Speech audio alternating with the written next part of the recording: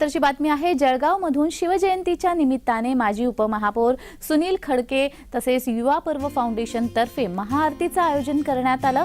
छत्रपती शिवाजी महाराज की जयचा जयघोष करत शिवजयंतीच्या पूर्वसंध्येला शिवप्रेमींचा जळगावमध्ये मोठा उत्साह दिसून आला। छत्रपती शिवाजी महाराज यांच्या जयंतीच्या निमित्ताने शिवजयंतीच्या पूर्वसंध्येला रात्री 12 वाजता माजी उपमहापौर सुनील खडके आणि युवा पर्व फाउंडेशन तर्फे छत्रपती शिवाजी महाराज यांच्या पुतळ्याची महाआरती करण्यात आली।